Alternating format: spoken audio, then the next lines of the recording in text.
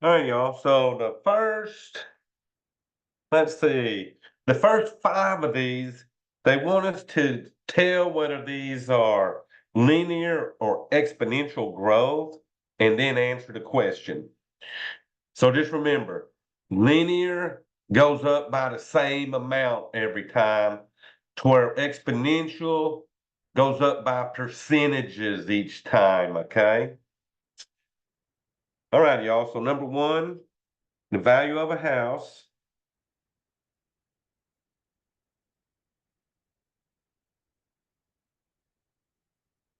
is increasing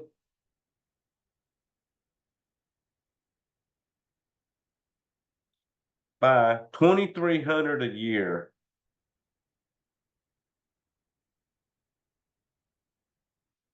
If it is worth $120,000 today,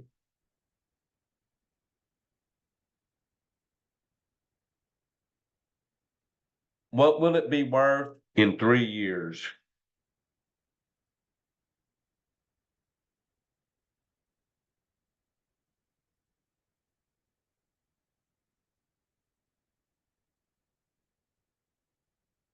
Righty, so notice it's going up 2,300 a year, the same amount every year. So when it goes up the same amount every year, y'all, this is a linear growth. Okay, it's always going to be 2,300. Now, they want to know what it'll be worth in 3 years. So we'll take our starting amount, 120,000. So it's increasing, so that'll be plus 2,300 a year, and we're looking at 3 years. So that'll be 3 years times 2,300. Okay, so we would punch that in on our calculator. Um, Doing it by order of operations, you would multiply it at 3 times 2,300. That'll give you 6,900, and then add that to the 120,000. But y'all, no matter which way y'all do this, we should get 126,900. And just make sure when it says increase and when you're done, the amount has to be bigger than what we started with, okay? All right, so two things on that. You got to answer the linear and then get the amount. So same thing on number two, population of a town.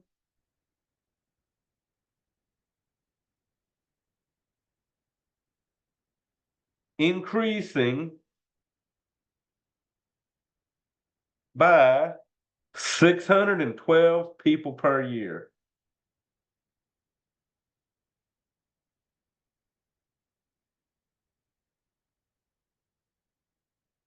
Now, if the population is 1,200,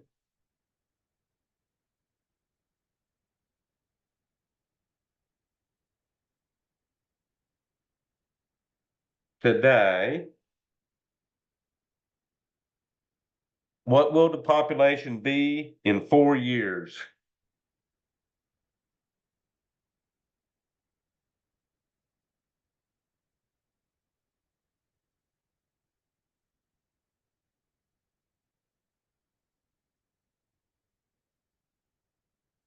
So the question, y'all, is this one linear or is this exponential? And I'll pull my chat up so I can see what y'all are saying.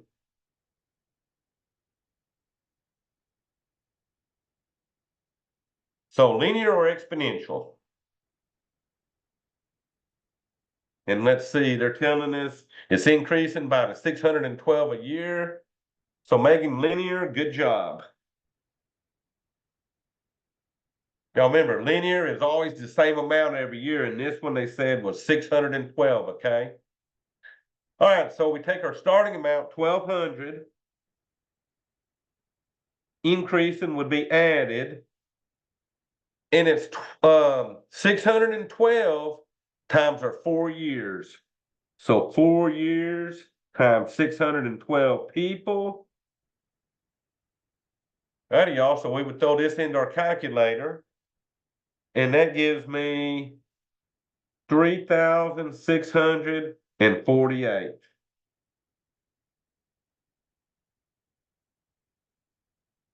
Okay, so they're giving me sets amounts on both of these, okay?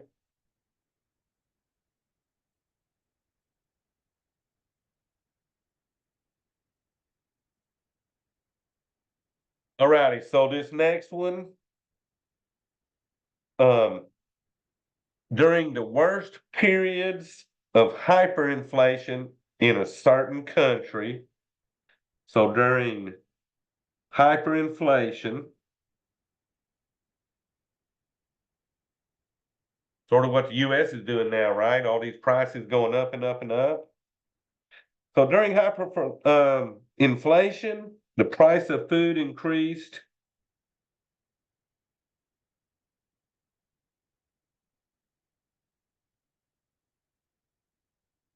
at a rate of 30% per month. So if the food bill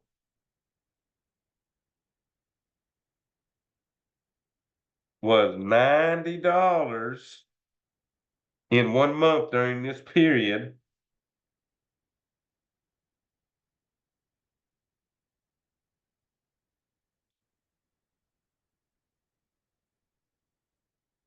what is it 3 months later? So what was it 3 months later?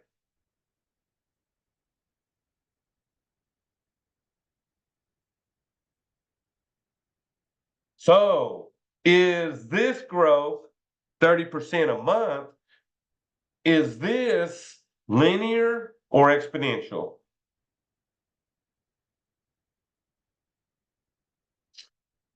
So good job. This is definitely exponential.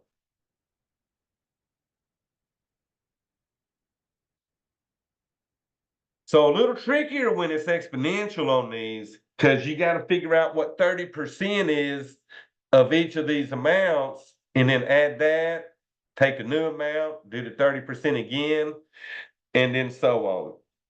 So let me show you how I would start these. I would start out with my starting amount, $90. So it's increasing, so that's going to be plus again. Now, y'all, this 30%, if you want to use it in a formula down here, we need to turn 30% into decimal form. So the decimal is technically at the end. So to turn a percent into a decimal, remember we move that decimal left 2 units so that I get a 0.30 or just a 0.3. So if you want to put the 0, you can. Either way, okay? So 30% is the 0.30. Now, you take that 30% times the starting amount, 90. So 30% of the 90 added to the original 90 will give me the new bill after 1 month. All right, y'all. So punching that in, I ended up with 63.7. And if you want it to look like money, you can add another O. So after 1 month, it went from whoops, y'all, I'm on the wrong. Oh, my bad. Oh, okay, I had the formula right. 90 plus 0.30 times 90. All right, I was looking on the wrong. So this one, 90 plus 30% of 90, which came out to be around $27. But when you add them together, you got 117 after 1 month. So it went from $90 1 month. The same groceries would cost you 117 after the 1 month, okay? So now 117 becomes your starting amount. And we got to figure out 30% of the 117 to get the second month's amount. All right, so 30% of 117 came out about 35.1. Adding that to the 117 gave me an amount of 152.10. So y'all, these groceries after 2 months went from $90 to $152 for the same groceries. But y'all, we got one more month to go. So we're going to start with the 152.10 and do 30% of the 152.10 to get the amount after the third month. So y'all, 30% of 152 gave me about 45.60. Adding that to the 152.10, I ended up with 197.73. Now they want us to round off to the nearest dollar. So the nearest dollar, there's not no decimal points. So I'm looking at this 7. So we got a 7 after it. So we'll round that up to an 8. And we get $198. The Math Lab will already have the money thing. You just put in the 198. So y'all, these groceries more than doubled after 3 months if you've got a increased hyperinflation rate at 30%. Now, I will say this, USA, we went through hyperinflation here recently. But ours was around 10%, I think, 9 to 10%. But y'all, over time, you've seen those groceries went up quite a bit, okay? So if you see they give you the rate of your stuff increasing, take your food bill one month, figure out that percent, add them together, and that'll tell you how much these bills are going up per month, okay? But I wanted y'all to notice this. They're going up different amounts every month, okay? The amount this one went up, I said was around 27. This month it went up around 35 something. And then this third month, it was around 45 if you multiplied them together. So different amounts is going up every month, although it's at 30%, okay? You're just taking 30% of bigger amounts.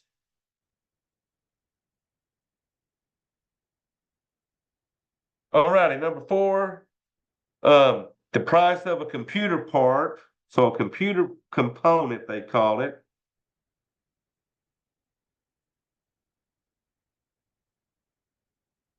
decreases at a rate of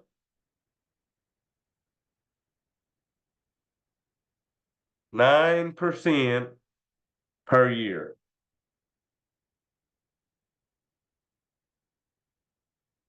So if it costs $70 today,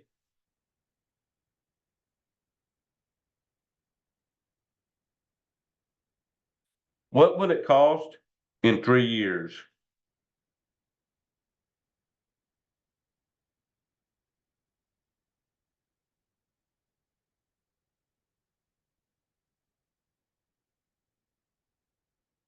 All righty, y'all. So another one with a 9% here. That 9% is automatically telling you that this ain't the same amount every month, and these are definitely exponential.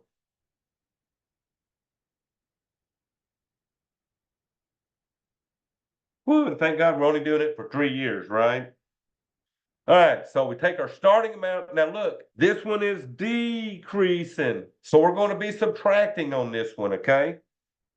So we're starting with $70 minus 9%. Let's figure that out. we would move that left twice. So we're gonna have to add a zero to make that a 0.09. So we got 0.09 times that 70 we started with. So once we figure this out, this will give me my first year's new price with that deduction. All right, so 9% of 70 was about 6.3, which made this go down to 63.70.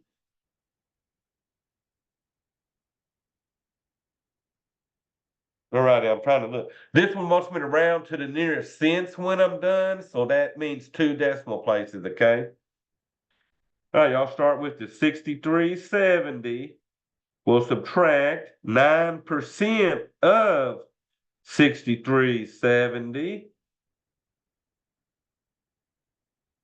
And that gave me about 5. So it's getting less and less each year because you got a smaller starting amount on this one, okay? So notice the increases get more and more. The decreases will be less and less each time. All right, this equaled about 5.7 this time, which gave me a 57.97. So I'm just rounding 2 decimal places on it. Excuse me. Did you Yeah. meant to put the 3670 there? Oh, I meant 63.70. Okay. Oh, look, I got the 70. I guess I was a little dyslexic on the 36. We also added 63.70 because that was my starting amount. Oh, thanks for catching that. All righty, so we got a 57.97. That's the new amount. 57.97 minus 9% of 57.97. All right, so this came out to about 521 this time, so even less. But when you subtract that from 57.97, you ended up with 52.75. So MathLab will have the money symbol. You just put in the final amount. So in 3 years, this computer part went from being 70 to being 52.75, okay?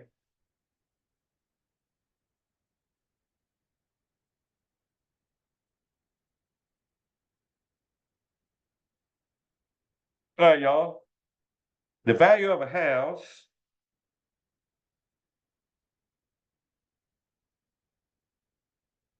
increases by 1,900 a year.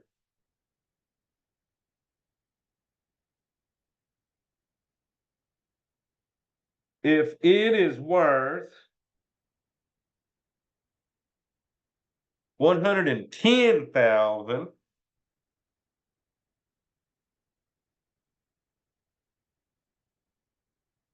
so if it is worth 110,000 today,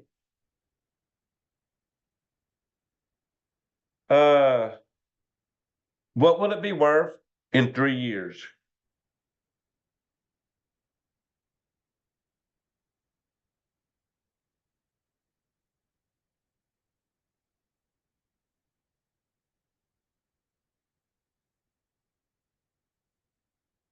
Alrighty, so linear or exponential?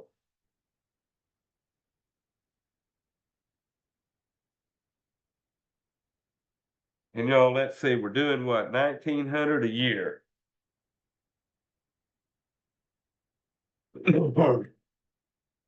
So this one is going up the same amount every year. It is, what y'all got, linear? Good job. So if you notice, percents are exponential, a same price or same amount, linear, okay? All right, y'all, so here's the question. This house is costing you $110,000. What will it be worth in 3 years? So y'all figure that one out and write up there for me.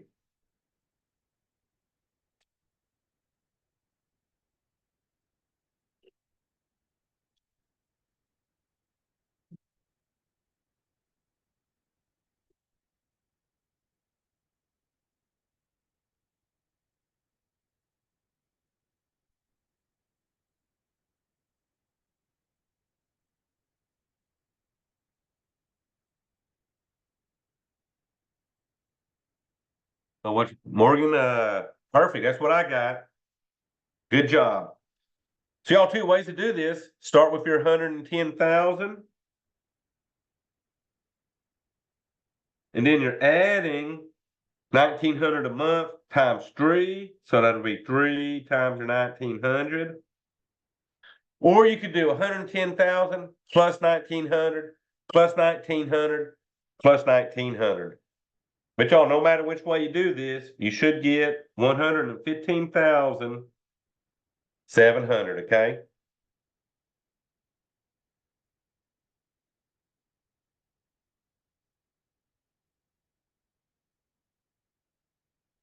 All right, y'all, this next one, we're going to do a graph. So they want us to graph. So this is like number 6. A, which is 5, 2. B will be -8, 1. C will be 1, 0. D, -1, -1. Now, y'all, here's the thing on these points. X's can go left or right. Left if they're negative, right if they're positive. The Y can go up or down. Up if it's positive, down if it's negative. So I always move my X first, and then I do the Y, okay? And I always start in the center where the 0, 0 is at. So the X's go left and right, and then the Y's are up and down. So 5, 2. If you start in the center, you go right 5. 1, 2, 3, 4, 5. And then the 2 is positive. So we said if the Y was positive, we go up. So starting from 5, we go up 2. So my first point for A should be sitting right there. Now, I'll tell you what. Look at this. There's only one answer that's got the A in the right place. So if you can get the A right, you should be able to get this whole thing right. So y'all, that means B should be over here on the top on the left.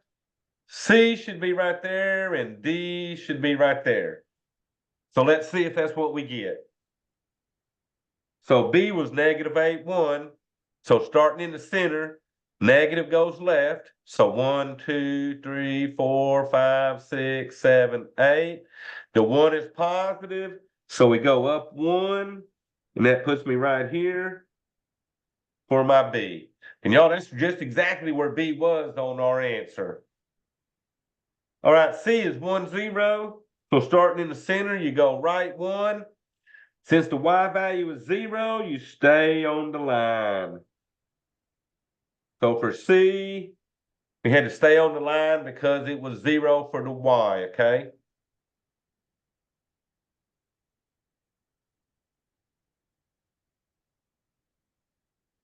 And then finally, -1, -1. So starting in the center, -1 is left 1 for the X. -1 is down 1 for the Y. That puts me right here for my D.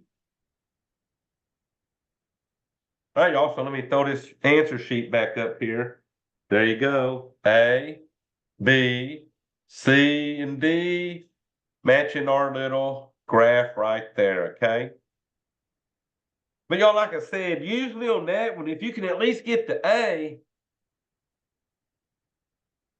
there's only one answer that has the A in the right spot, okay?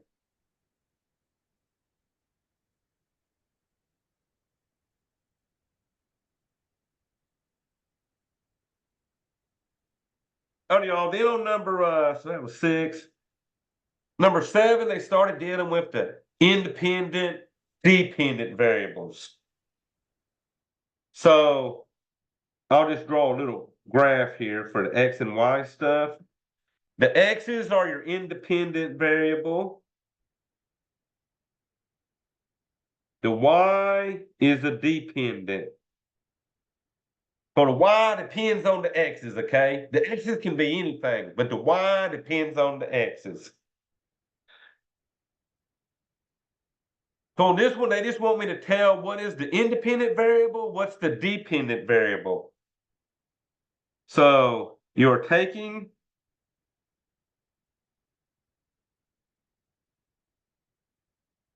a road trip in a car.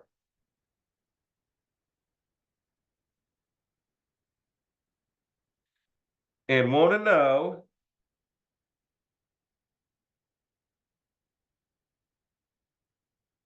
how far you've traveled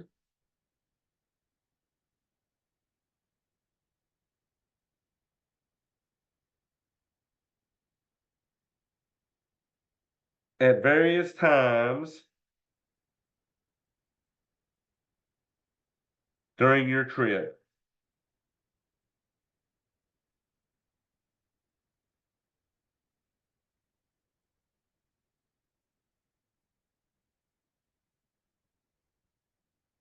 So really, we're looking at what time? Um, we're looking for how far we traveled at various times. So we're looking at distance and time. Those are our variables, distance and time. But which one is independent and which one is dependent is what they want to know. Well, y'all, time is usually always the independent variable. So my independent variable would be time. My dependent variable would be the distance I've traveled.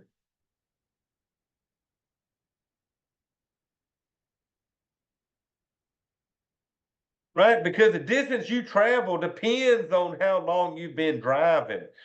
If you look at 2 hours and you're going 60 miles an hour, in 2 hours you go 120 miles. 3 hours, I'd be up to 180 miles. But the distance I'm traveling is dependent on how long I've been traveling, okay?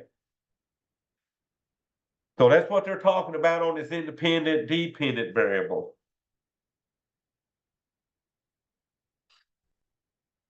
So y'all let me let y'all answer this one here for my dependent and independent variables. Weight of a bag of cookies,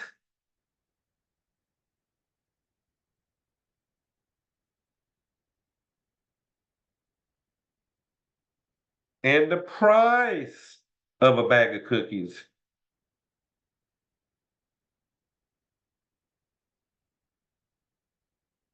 So y'all, we want our independent variable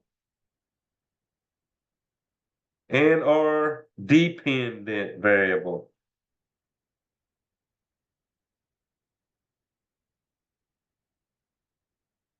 And we're looking at a bag of cookies, the weight of these bag of cookies versus the price.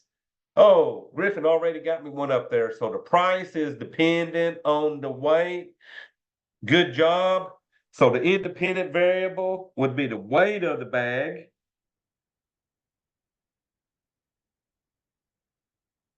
And then the dependent variable would be the price of the bag.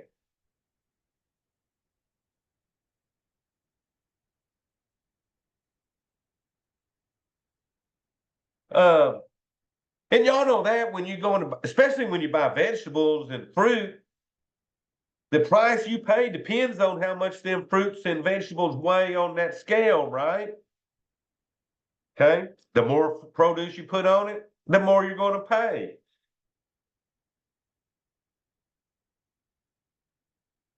All right, y'all, next one. Now, y'all, there's like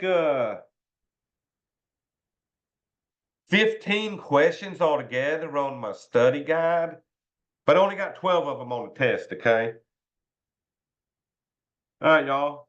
Same thing. Number of trucks on the road,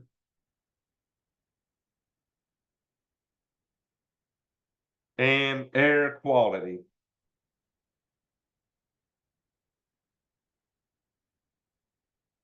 So for this one, we want our independent variable again. And our dependent.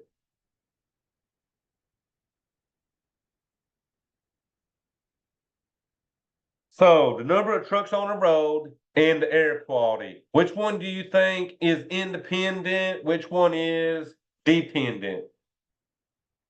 So what y'all got? Air is dependent on number of trucks. Good job. So number of trucks. And y'all, that makes sense. The number of trucks can't depend on the air quality. It has to be the other way around, right? The air quality has to depend on how many trucks we got on that road.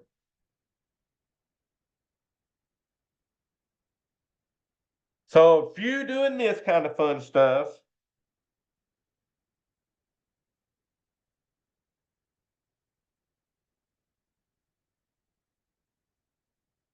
y'all, so the next one, I'm sort of gonna have to do a graph and zoom in on this.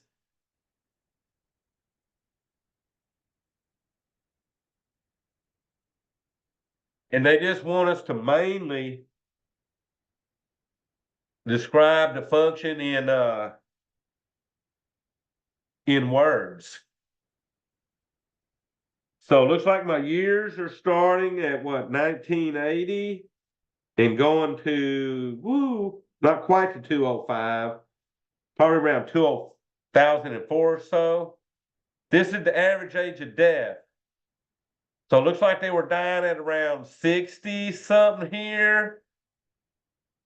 And then they're dying almost at, well, pretty much 70. Then it's still increasing even more. And then finally at this ending amount at 2004, I'm almost at 80. So this basically shows a steady increase in the average age of death. So these answers, and I've already got this in mark, it shows a steadily increased average age of death between the year 1980 here and 2004. Okay. This one said decreasing. Well, if it's going uphill left to right, it's increasing. If it's going downhill, it would be decreasing. Okay. This one's saying it did not change. So if it did not change, this would have been a straight horizontal line going straight across. But this one is going uphill, okay? And then this one says it increases between 80 and 92. So between 80 and 92 around here, they're saying it increases, but then it don't change from 92 to 90 to 04. We all know that's a straight line like that. It is increasing because that's going uphill. For it to have no change, it would be horizontal, okay? So that one did have an increase. So the only choice we could go with would have been B on that one, okay?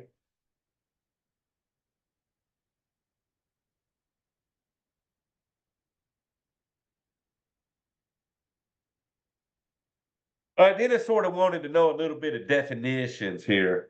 And y'all, let me shrink back down here.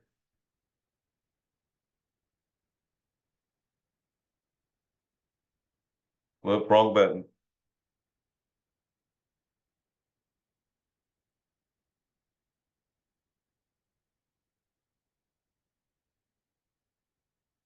Now, y'all, let me get my Zoom fixed real quick. It's acting up here.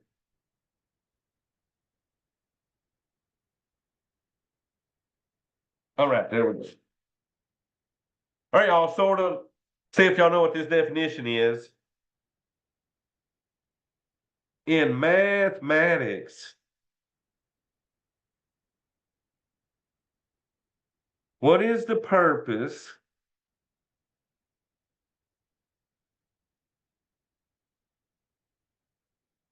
of a function?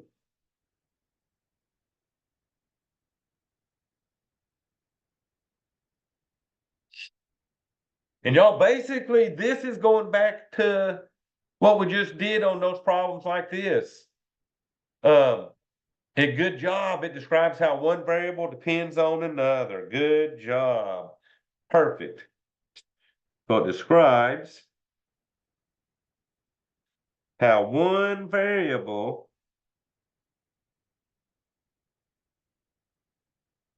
depends on another. Good job.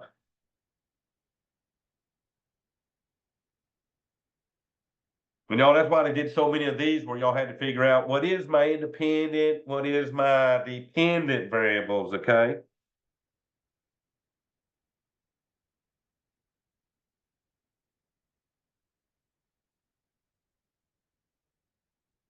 So this one says write an equation and use it to answer the question.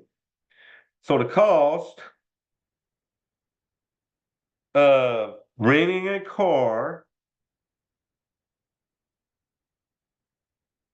is a flat $44 plus an additional 10 cents per mile.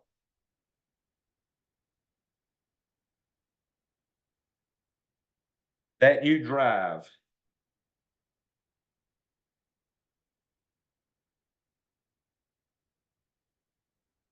All right, so then they say, hey, how far can you drive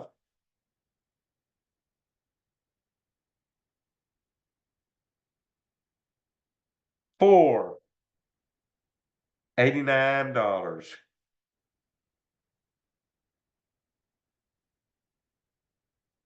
So y'all, what we want to do is sort of come up with our equation to find the rate we got to pay, and then we'll figure out this 89 part, okay?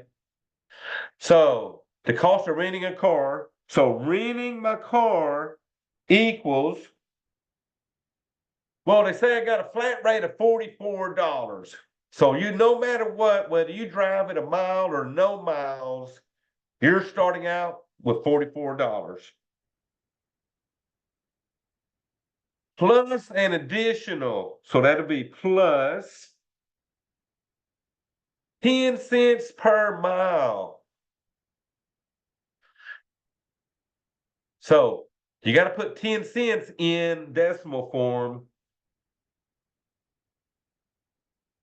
So once again, you would move that decimal left twice. And 10 cents basically becomes a 0.10. You can put the zero on it if you want to or not. It's just a placeholder basically. I will say in MATLAB, they do it like this, 0.1. And then it's 10%, 10 cents per mile. So that'll be multiplied by how many miles we drive, okay? So $44 plus 10 cents times how many miles you drive, okay?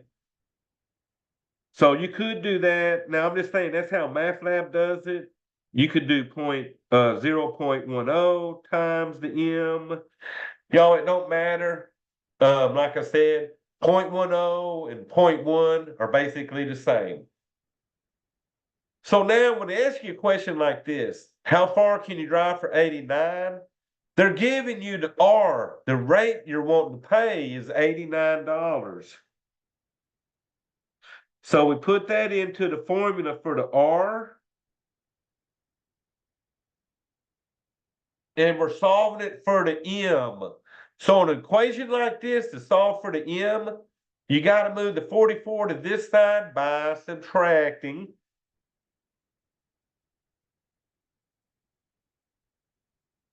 So a little bit of algebra here, right? So to move something from one side to the other, you change the sign, okay? All right, y'all, so that 89 minus 44 gave me 45 equal to the 0.1 M. Now, since this stuff is being multiplied, the 0.1 times the M, I need to divide by the 0.1 on both sides.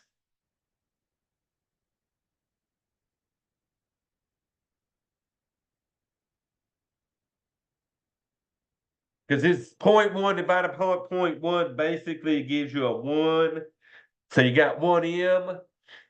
And y'all, let's see, dividing 45 by 0.1, I ended up with 450. So that means if you got $89 and you rent this car, you can drive at least 450 miles. Okay.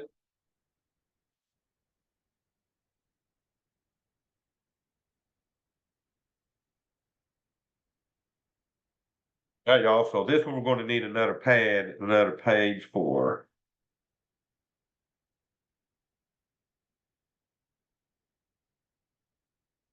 So this one you sort of gotta pick out the graph and estimate the new amount. Okay. So on this one, during the month of January,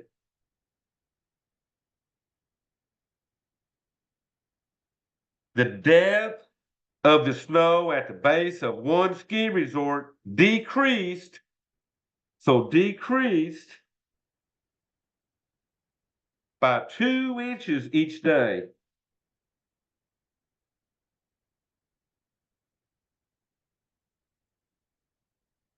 On December 31st,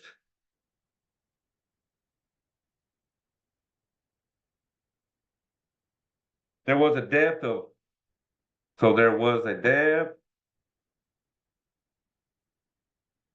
of 70 inches.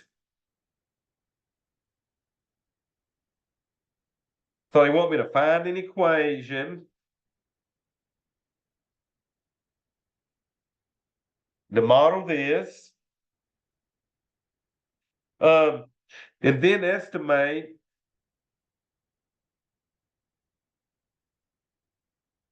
the depth of snow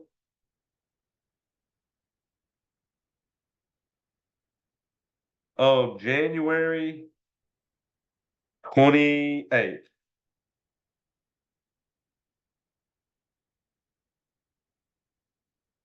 Okay, so they'll just use a little corner here. Um,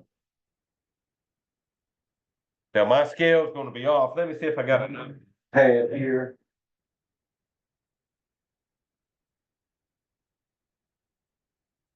And I'm going to use one that don't have any markings on it, okay? So my snow was at 70 inches. So this will be the depth of the snow, and then this will be the day. So I know the depth of the snow was up here, say at 70. We'll make this 0. And y'all, I can't go exactly by one day because I've only got 10. So I'll make these go about every 3 days. So this will be like 3 days, 6 days, and so on. But if you're starting at 70, you're going down 2 inches a day, which is basically about 6 inches every 3 days, right? So from 70, so let's see, 10, 20, 30, 40, 50. Well, I should have made my 70 about right here. So let's make 70 about right there.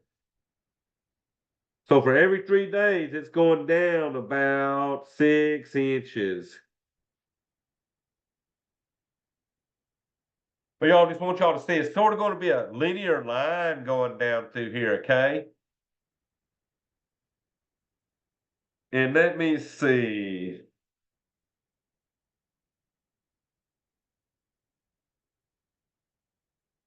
First, I want to come up with my little formula that I would use. Then we'll play with that graph, okay?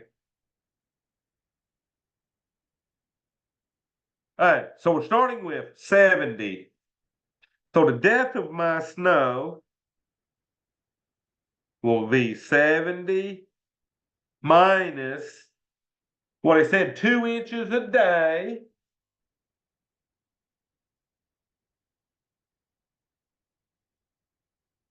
And that depends on how many days I'm there.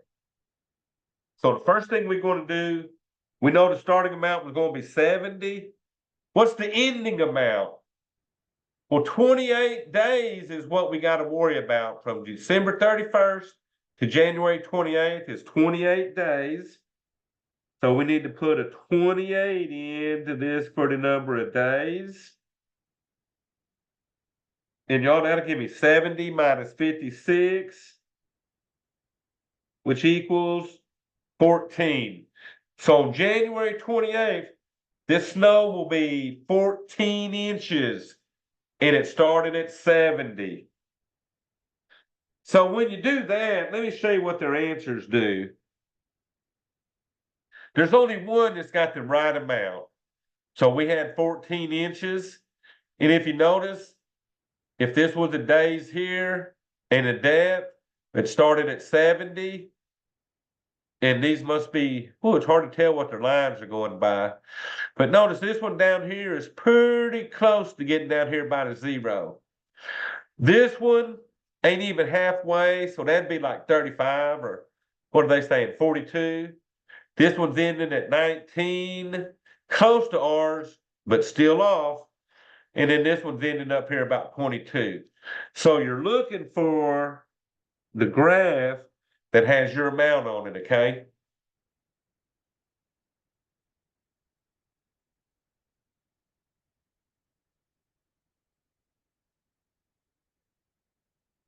Y'all, most of them are multiple choice on the graphs ones like that. All right, y'all, so these last two deal with finding equations and figuring out the amount, okay? So Normal Town High School's pool record. So pool record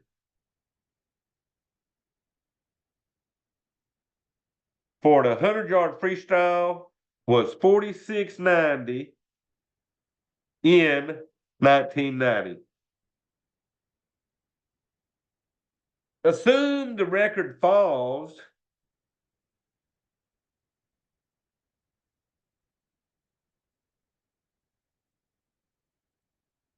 at a constant rate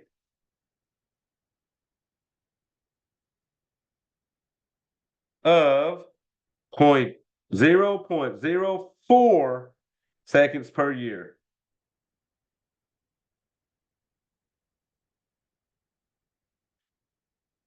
What does the model predict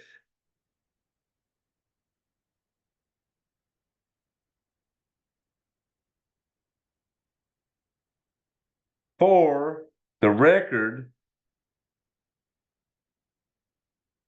in the year 2018? So let's go what we're saying. We're saying that the record equals my starting amount, which is 46.90.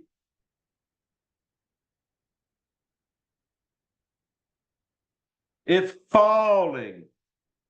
Keyword falling. Since it's falling, that will be subtraction. All right, y'all, they gave me the 0.04. So 0.04 times T, which is the number of years. So the independent variable is the number of years. The dependent is the record, okay?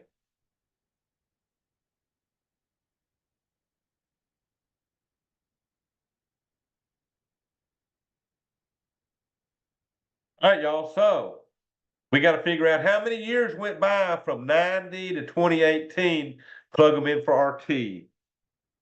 So our new prediction for 2018 will be the 4690 minus 0.04 times, I think that was what, 10 and 18, 28 years. So one of y'all punch that in and see what we get. Now it should be less than 4690, okay? And round me off 2 decimal places.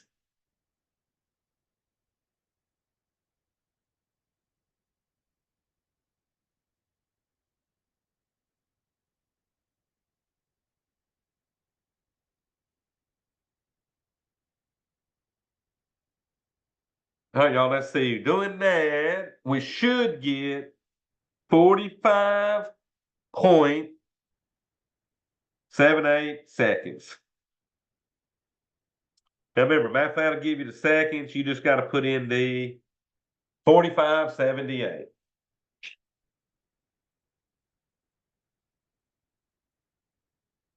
Joe, that's a trick on a lot of these. You've had quite a few of these now. A few of these will be off of it because remember, the study guide's 15, test is only 12 questions, okay? So y'all, this one's on y'all. What are the 3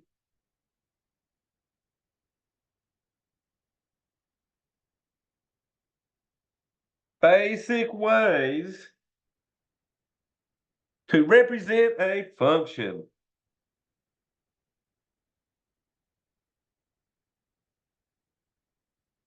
So y'all give me one way. Whew, that's quick. Let's see. What do you got up there? Table, graph, equation, perfect. We can make a table, that has like the years and amounts. We can make a graph and read the graph to tell what's happening. Or like you said, we can make an equation to represent it, okay?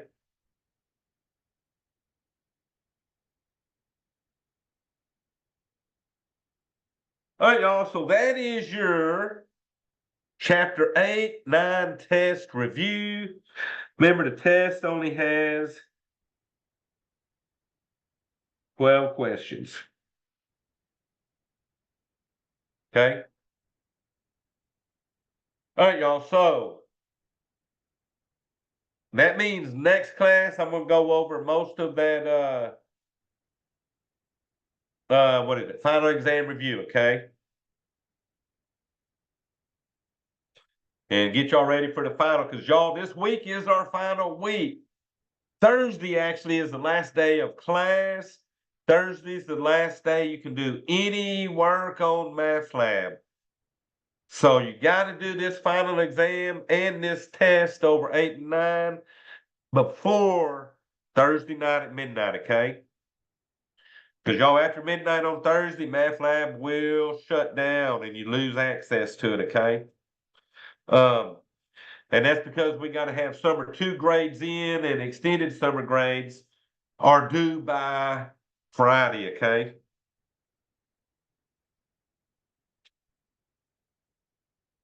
All right, y'all, so let me stop my share.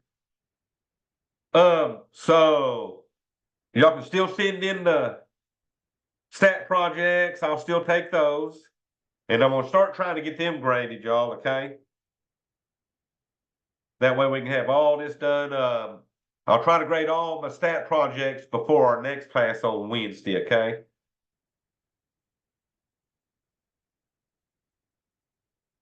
All right, y'all, so any questions?